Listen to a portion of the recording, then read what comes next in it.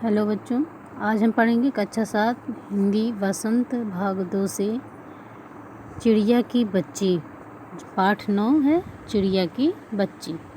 इसमें एक बच्चे के बारे में बताया जा रहा है। चिड़िया के बच्चे के बारे में बताया जा रहा है कि उसको चाहे जितनी सुख सुविधा दे दी जाए, लेकिन वो एक बच्चे को अपनी माँ की गोद ज़्यादा अच्छी लगती है। अपनी माँ का आंचल, अपनी माँ की गोद ज़्यादा पसंद आती है। तो उसी के बारे में इस पाठ में चर्चा की गई है। चलिए आगे हम पढ़ते हैं। माधव दास ने अपनी संगमरमर की नई कोठी बनवाई है। उसके सामने बहुत सुहावना बगीचा भी लगवाया है।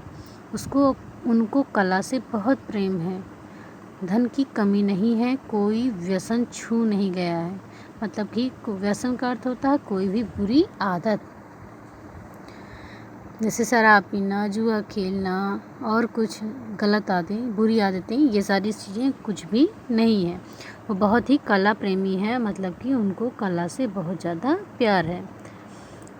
सुंदर अभिरुचि के आदमी हैं, अच्छी पसंद, जिनकी रुचि अच्छी चीज़ों में है, वो इस तरह के इंसान हैं।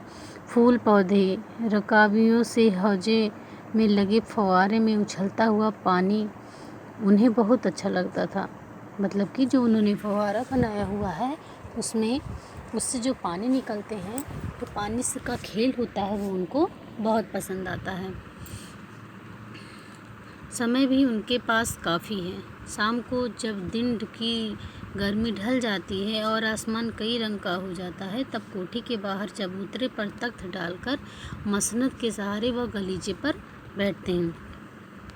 मतलब कि तख्त पे वो एक गलीचा बिछाए हुए रहते हैं, जिस पर कि मसनद कहते हैं। एक तकिया को, जो गोल वाली तकिया होती है, उसको मसनद कहते हैं। तो वो शाम के समय उसी मसनद के सहारे वहाँ पर बैठते हैं, तख्त डाल चबूतरे पर, और वहाँ का प्राकृतिक दृश्य का आनंद लेते हैं।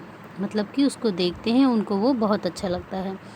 प्रकृति की छटा निहारते हैं। इनमें मानो उनके मन को तृप्ति मिलती है, मतलब एक संतुष्टि मिलती है, एक संतोष मिलता है। मित्र हुए तो उनसे विनोद चर्चा करते हैं, नहीं तो पास रखे हुए फर्शी हुक्के की सटक को मुंह में दिए ख्याल में संध्या को स्वप्न की भांति गुजार देते हैं। मतलब कि जब उनके पास मित्रगण आ जाते हैं, या दोस्त जो पास पड़ोस के लोग हैं वो आते हैं, तब उनसे बातचीत करते हैं, हंसी मजाक अपना बातचीत करते हैं, और नहीं तो फर्श के बगल में रखे हुए हुक्के को पीते हैं। और इस तरह शाम का समय वो अच्छे स्वप्न की तरह गुजारते हैं। आज कुछ बादल थे, घटा गहरी नहीं थी, धूप का प्रकाश उनमें से छन छन कर आ रहा था, मतलब कि हल्का बादल था। माधव दास मसनद के सहारे बैठे थे। उन्हें ज़िंदगी में क्या स्वाद नहीं मिला है, पर जी भरकर कुछ खाली सा लगता है। मतलब कि उनके पास किसी चीज़ की कमी नहीं है, लेकिन फिर भी उनको सूनापन एक महसूस होता है, खालीपन उनको लगता है। उस दिन संध्या के समय उनके देखते देखते सामने की गुलाब की डाली पर एक चिड़िया आन बैठी। मतलब एक चिड़िया की बच्ची उड़ करके उनके सामने, जो बागीचा लगा रहता है उसमें गुलाब का पेड़ रहता है, उसकी डाल पर आकर के बैठ गई। चिड़िया बहुत सुंदर थी। उसकी गर्दन लाल थी, गुलाबी होते होते किनारों पर जरा जरा नीली पड़ गई थी। पंख ऊपर से चमकदार स्याह थे, अर्थात नीले रंग के थे। उसका नन्हा सा सिर तो बहुत ही प्यारा लगता था, पर शरीर पर विचित्र चित्रकारी थी। मतलब कि अनेकों प्रकार की डिजाइन बनी हुई थी, चित्रकारी थी, जो भगवान ने उसके शरीर पर बनाई थी। चिड़िया को मानो माधव दास के सत्ता का कुछ पता ही नहीं था, और मानो तनिक देर का आराम भी उसे नहीं चाहिए था। पर मतलब कि चिड़िया को ये ज्ञान नहीं था कि यह बागीचा जहाँ पर वो ये विराम भ्रमण कर रही है, घूम रही है, चहचहा रही है, खेल रही है, गीत गा रही है, इधर से उधर टहल रही है, वो किसका बागीचा है, इससे उसको कुछ मतलब नहीं था। उसको इसका पता नहीं था, और उसका आराम करने का भी मन नहीं था, क्योंकि उसको वहाँ पर घूमना टहलना अच्छा लग रहा था। कभी पर हिलाती अर्थात कभी पंख को हिलाती थी, कभी फुदकती व खूब खुश मालूम होती थी। अपनी नन्ही सी चोंच से प्यारी प्यारी आवाज़ निकाल रही थी, मतलब कि गीत गा रही थी, वो गा रही थी, खेल रही थी। माधवदास को वह चिड़िया बड़ी मनमानी लगी, मतलब कि वो बहुत अच्छी लगी। वो अपने मन की जो कर रही थी वो उसकी आदतें उनको बहुत अच्छी लगी। उसकी स्वच्छंदता बड़ी प्यारी जान पड़ती थी। कुछ देर बाद उस चिड़िया का इस डाल से उस डाल थिरकना देखते रहे। इस समय वह अपना सब बहुत कुछ भूल गए, मतलब कि वो चिड़िया को देखने में इतने मोहित हो गए, इतने मंत्रमुग्ध हो गए कि उनको और कुछ भी याद नहीं था। उन्होंने उस चिड़िया से कहा, आओ तुम बड़ी अच्छी आई हो। यह बगीचा तुम लोगों के बिना सूना लगता है, मतलब कि बागीचा तो है लेकिन अगर बागीचे में चिड़िया वगैरह नहीं है तो ये बागीचा सूना है, तुम लोगों के बगैर सूना लगता है। सुनो चिड़िया, तुम खुशी से यह समझो कि यह बगीचा मैंने तुम्हारे लिए ही बनवाया है।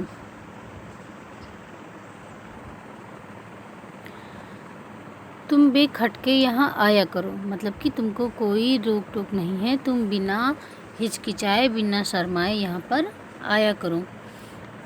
चिड़िया पहले तो असावधान रही, मतलब कि पहले तो वो सहम गई, डर गई। फिर जान कर की बात उससे की जा रही थी है, वह एकाएक तो घबराई। फिर उसको ये लगा कि जब मुझसे ही बात हो रही है तो वो अचानक घबरा गई। फिर संकोच को जीत कर बोली, मतलब कि वो फिर बोली, बिना डरे हुए बोली, मुझे मालूम नहीं था कि यह आपका बगीचा है, मैं अभी चली जाती हूँ। कहती है कि मुझको पता नहीं था कि ये आपका बगीचा है। थोड़ी देर पल भर सांस लेने में यहाँ टिक गई थी, मतलब कि वो खेलते खेलते थक गई थी, मैं खेलते खेलते थक गई थी, इसलिए थोड़ी देर के लिए मैं बैठ गई थी, यहाँ पर रुक गई थी। माधवदास ने कहा, हाँ बगीचा तो मेरा है, क्या संगमरमर की कोठी भी मेरी है, लेकिन इस सब को तुम अपनी भी समझ सकते हो, यह कुछ तुम्हारा है। तुम कैसी भोली हो, कैसी प्यारी हो, जाओ नहीं बैठो, मेरा मन तुमसे बहुत खुश होता है। वो उसको कहते हैं कि तुम मतलब कि यहीं रुक जाओ, ये सारा कुछ जो भी है वो सब तुम्हारा है, तुम यहीं पर रुक जाओ। चिड़िया बहुत कुछ सकुचा गई, अर्थात उसको बहुत संकोच हुआ, सहम गई। उसे बोध हुआ कि यह उससे गलती तो नहीं हुई कि वो यहाँ का बैठ गई। उसका थिरकना रुक गया, भयभीत सी होकर बोली, मैं थक कर यहाँ बैठ गई थी, मैं अभी चली जाऊँगी, बगीचा आपका है, मुझे माफ़ करें। फिर कहती है, माधवदास ने कहा, मेरी भोली चिड़िया, तुम्हें देखकर मेरा चित्त प्रफुल्लित हुआ है, मतलब कि मैं खुश हो गया हूँ, मेरा मन बहुत खुशी हो गया है, खुशी से भर गया है। मेरा महल भी सूना है, वहाँ कोई भी चहचहाता नहीं है। तुम्हें देखकर मेरी रागनियों का जी बहलेगा। वो कहता है कि मतलब कि तुम रुको, मेरे मन को बहुत अच्छा लगेगा। तुम कैसी प्यारी हो, यहाँ ही तुम क्यों ना रहो, मतलब कि तुम यहीं रुक जाओ, तुम कहीं और मत जाओ। चिड़िया बोली, मैं माँ के पास जा रही हूँ, सूरज की धूप खाने और हवा से खेलने और फूलों से बात करने में जरा घर से उड़ आई थी, अब सांझ हो गई है और माँ के पास जा रही हूँ। अभी अभी मैं चली जा रही हूँ, आप सोच न करें, मतलब वो कहती है उनसे कि आप परेशान, आप ये सोच विचार मत करिए, हमको जाने दीजिए, मैं चली जाऊँगी, अभी मैं थोड़ी देर के लिए यहाँ पर आ गई थी। माधवदास ने कहा, प्यारी चिड़िया, पगली मत बनो, देखो तुम्हारे चारों तरफ कैसी बहार है, देखो वह पानी खेल रहा है, उधर गुलाब हंस रहा है, भीतर महल में चलो, जाने क्या क्या न पाओगी। मेरा दिल वीरान है, वहाँ कब हंसी सुनने को मिलती है। मेरे पास बहुत सा सोना मोती है, सोने का एक बहुत सुंदर घर मैं तुम्हें बना दूंगा, मोतियों की झालर उसमें लटकेगी, तुम मुझे खुश रखना, मैं तुम्हें क्या चाहिए, माँ के पास बताओ क्या है। मतलब वो चिड़िया को लालच देते हैं कि तुम यहीं पर रुक जाओ, यहाँ पर बहुत सारी चीज़ें हैं, जैसे कि पूरा बगीचा है, पानी का फव्वारा है, गुलाब के पेड़ हैं, महल के भीतर सारी सुख सुविधाएं हैं। वो कहते हैं कि मैं एकदम अकेला हूँ, मैं अकेला हूँ, तुम मेरे अकेलेपन को दूर करना, मतलब अपनी आदतों से, अपने गाने से, खिलखिलाने से, इधर से उधर चहचहाने से मेरी जो है सुनसान जो मेरा अकेलापन है उसको दूर करना, और मैं तुमको सारी सुख सुविधाएं दूंगा, तुम्हें एक सुंदर सोने का घर बनवा दूंगा, अर्थात सोने का पिंजड़ा बनवा दूंगा, और उसमें मोतियों की झालर उसमें लटका दूंगा, तुम मुझे खुश रखना, मैं तुम्हें और तुम्हें क्या चाहिए, मतलब तुमको और रहने के लिए खाना चाहिए, रहने के लिए घर चाहिए और खाने के लिए खाना चाहिए, मैं तुमको सोने के बर्तन में दूंगा। माँ के पास क्या है बताओ? उसके पास मतलब कि कुछ नहीं है, तुम यहीं पर रुक जाओ, ऐसा माधवदास चिड़िया से कहते हैं।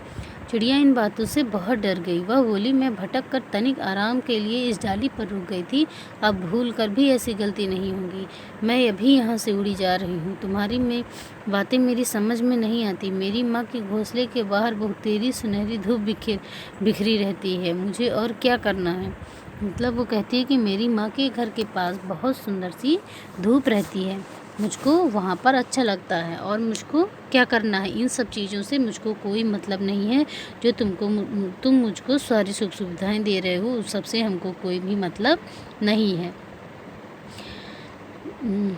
2 दाने माँ ला देती है, और जब मैं पर खोलने बाहर जाती हूँ तो मेरी माँ बाट देखती है।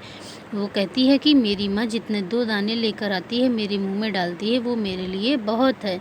और मैं जब घूमने जाती हूँ, अपने पंख से उड़ कर के घूमने जाती हूँ, तो मेरी माँ मेरा रास्ता देखती हूँ कि मैं कब आऊँ। यह रास्ता देखती है कि वो जल्दी से आ जाए अपनी माँ के पास। तुम और कुछ मत समझो, मैं अपनी माँ की हूँ। मतलब वो कहती है कि मैं तुम्हारे यहाँ नहीं रहूँगी, केवल मैं अपनी माँ के पास जाऊँगी। माधवदास ने कहा, भोली चिड़िया, तुम कहाँ रहती हो? तुम मुझे नहीं जानती हो। चिड़िया, मैं माँ को जानती हूँ, भाई को जानती हूँ, सूरज को और उसकी धूप को जानती हूँ, घास पानी और फूलों को जानती हूँ। महामान्य, तुम कौन हो? मैं तुम्हें नहीं जानती।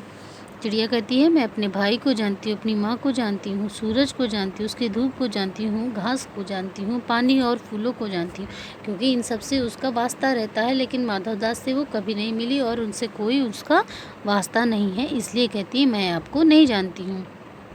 माधवदास कहते हैं, तुम भोली हो चिड़िया, तुमने मुझे नहीं जाना, तब तुमने कुछ नहीं जाना। वो कहती है कि जब तुमने मुझे नहीं जाना, मतलब मैं इतना प्रतिष्ठित इंसान हूँ इस नगर का, जब तुम मुझे नहीं जानती हो तो तुम बहुत भूली हो, मतलब कि तुमने कुछ आज तक जाना ही नहीं।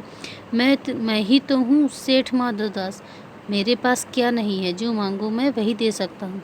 मतलब वो कहता है कि मैं इस नगर का बहुत ज़्यादा अमीर इंसान हूँ, और मैं एक सेठ हूँ, और मेरे पास किसी भी चीज़ की कमी नहीं है, मैं तुमको जो कहोगी वो ला के दूँगा। चिड़िया वो कहती है, पर मेरी तो छोटी सी जात है, आपके पास सब कुछ है, तब मुझे जाने दीजिए। वो कहती है कि मुझको जाने दीजिए, मेरी बहुत छोटी सी जात है, मतलब कि मैं बहुत छोटी सी हूँ, और मेरी उम्मीदें भी, मतलब कि वो जो खाना पीना जो भी चाहती है बहुत थोड़ा खाती है, बहुत थोड़ा पहनती है, बस अपनी माँ के साथ रहना चाहती है। उसकी बहुत छोटी सी जात है, मुझको जाने दीजिए। माधवदास कहते हैं, चिड़िया तू निरी अनजान है, मुझे खुश करेगी तो तुझे माला माल कर सकता हूँ। वो चिड़िया को लालच देते हैं कि तुम मुझे खुश रखोगी, मेरे पास रहोगी तो मैं तुमको बहुत ज़्यादा रुपया पैसा धन दौलत दूंगा। चिड़िया कहती है कि तुम सेठ हो, मैं नहीं जानती सेठ क्या होता है, पर सेठ कोई बड़ी बात होती होगी, मैं अनसमझ ठहरी। माँ मुझे बहुत प्यार करती है, वह मेरी राह देखती होगी, मैं माला माल होकर क्या होंगी, मैं नहीं जानती। माला माल किसे कहते हैं? क्या वह मुझे वह तुम्हारा माला माल होना चाहिए? वो कहती है कि माला माल होना अर्थात धनवान होना क्या होता है, मुझको नहीं पता, मैं नहीं जानती, मैं ना समझूँ। मैं केवल ये इतना जानती हूँ कि मेरी माँ मुझको बहुत प्यार करती है और मुझे उसके पास जाना है। सेठ कहती, अरे चिड़िया, तुझे बुद्धि नहीं है, तू सोना नहीं जानती। तू सोना नहीं जानती? सोना मतलब कि तुमको सोने का अर्थ नहीं पता है। बहुत सारे लोग, बड़े बड़े लोग सोना पाने के लिए तरसते रहते हैं, और तुमको सोना मिल रहा है तो तुम उसकी कीमत नहीं जान रही हो। ऐसा सेठ माधवदास मतलब उसको समझाने की कोशिश करते हैं। उसी की जगत को तृष्णा है, मतलब कि उसी की जगत को तृष्णा है, अर्थात प्यास है, इच्छा है। मतलब हर इंसान सोना चाहता है कि उसके पास बहुत सारा ढेर सारा धन हो, दौलत हो, सोना हो, चांदी हो। वह सोना मेरे पास ढेर का ढेर है। माधवदास जी कहते हैं, मेरे पास वह सोना जो तुम नहीं चाहती हो वो मेरे पास बहुत ढेर सारा है। तेरा घर समूचा सोने का होगा, ऐसा पिंजड़ा बनवाऊंगा कहीं कि कहीं दुनिया में ना होगा, ऐसा कि तू देखती रह जाएगी। तू उसके भीतर थिरक फुदक कर मुझे खुश करिए, तेरा भाग्य खुल जाएगा। तेरा पानी पीने की कटोरी भी सोने की होगी। मतलब वो सेठ माधव दास कहते हैं कि जो तुम रहोगी उसका पिंजड़ा भी सोने का रहेगा, और जिसमें खाना खाओगी और पानी पियोगी वो भी सोने का बर्तन होगा। लोग सोना पाने के लिए इच्छा करते हैं, सोना पाने की इच्छा करते हैं, अर्थात धनवान होने की इच्छा करते हैं। और तुमको जब सोना दिया जा रहा है, धनवान मैं कह रहा हूँ, तुमको धनवान बना दूंगा, तो तुम उसकी कीमत नहीं कर रही हो। ऐसा समझाने का प्रयास सेठ माधव दास उस चिड़िया को करते हैं।